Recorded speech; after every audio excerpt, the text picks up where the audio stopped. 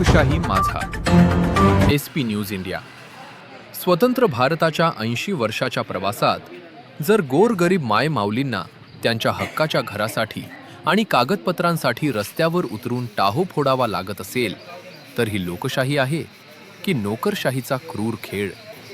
पाहत आहात लोकशाही माझा, SP न्यूज इंडिया। नमस्कार, मी संभाजी पगार। मालेगाव पंचायत समितीच्या आवारातून आज एक संतापजनक बातमी समोर आली आहे। मालेगाव पंचायत समितीवर आज जनआक्रोश पाहायला मिळाला। लोकशाही धडक मोर्चाचे संस्थापक शेखरदादा पगार यांच्या नेतृत्वाखाली एरंडगावच्या नागरिक आणि आदिवासी महिलांनी धरणे आंदोलन केले। या आंदोलनात एरंडगावातील महिलांचा आणि ग्रामस्थांचा मोठ्या प्रमाणावर सहभाग होता, ज्यांनी आपल्या हक्कांसाठी आवाज बुलंद केला। या महिलांची व्यथा काळजाला घरं पाडणारी आहे। घरकुल मंजूर झाले, एजंटांनी त्यांना काम सुरू करायला लावले आणि त्यासाठी 5,000 रुपये उकळले। घरकुलच्या पहिल्या 15,000च्या चेकच्या आशेनं स्वतःच्या हक्काच्या घराच्या स्वप्नासाठी महिलांनी अंगावरचं सोनं मोडून, बचत गटाचं कर्ज काढून, व्याजानं पैसे घेऊन 70 ते 80,000 रुपये खर्च केले। पण बांधकाम पूर्ण होताच प्रशासनानं सांगून टाकलं, या जागेवर घरकुल बांधता येणार नाही। आता विचार करा, ज्या महिलांनी व्याजाचे पैसे काढून बचत गटाचे कर्ज घेऊन बांधकाम केलं, त्यांना हे सांगण्याचा अधिकार प्रशासनाला कोणी दिला? या गरिबांच्या स्वप्नांचा बळी देणारी ही यंत्रणा नेमकी कोणासाठी आहे?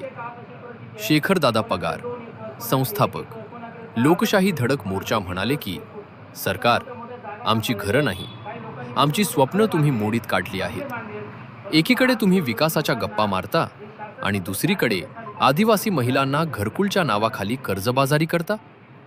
एजंट मोकाट आहेत आणि गोरगरीब महिला मात्र वाऱ्यावर सोडून दिल्या आहेत। हा अन्याय आम्ही खपून घेणार नाही। केवळ घरकुलच नाही, तर रेशन कार्डसाठी 5,000 रुपये देऊनही हाताला धान्य मिळत नाही। जातीच्या दाखल्यांसाठी ही कुटुंब वारंवार हेलपाटे मारत आहेत। जर 80 वर्षाच्या स्वातंत्र्यानंतरही रेशन, निवारा आणि ओळखपत्र मिळवण्यासाठी या मायमाऊलींना संघर्ष करावा लागत असेल, तर आपण खरंच स्वतंत्र आहोत का? आता संयम सुटला आहे। शेखरदादा पगार यांनी प्रशासनाला स्पष्ट इशारा दिला आहे।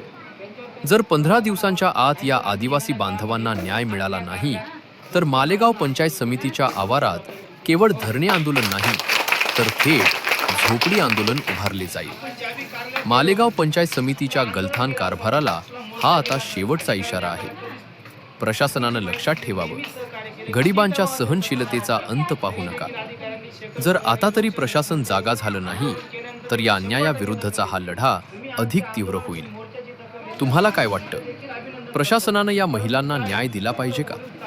कमेंटमध्ये नक्की सांगा। या आंदोलनात सहभागी झालेले एरंडगावचे नागरिक किरण वाघ, अनिता नाना खुरसने, सरला किरण वाघ, सरला रवींद्र वाघ, वर्षा अंकुश वाघ, कल्पना निलेश वाघ, छाया हरी वाघ, सुनीता गणेश सोनवणे, अक्काबाई पुरमल वाघ, सुरेखा हरू केदार, राणी विनोद पवार, साळाबाई जगताप, मंगल अशोक वाघ, सुनीता तळेकर, आकाश सोनवणे, विलास वाघ, नागेश्वर पवार, विशाल पवार, भूषण वाघ, किरण कारभारी वाघ, विष्णू भगवान खुरसणे, राजेंद्र पोपट चौधरी, अंकुश भाऊराव वाघ, सोमा जयराम चौधरी, सुभाष बबन वाघ, नाना रामू वाघ, प्रवीण भास्कर वाघ, हरी लक्ष्मण वाघ, निलेश हिरामन वाघ, विनोद देवबा पवार, मनसाराम पुरमल वाघ, भास्कर देवबा पवार, अशोक बाबाजी वाघ, सुंदर जगताप, सुनील सोपान वाघ, रवींद्र भाऊराव वाघ, बाळू शंकर वाघ, सुनील मुकेश गोकुळ सोनवणे। मी संभाजी पगार, लोकशाही माझा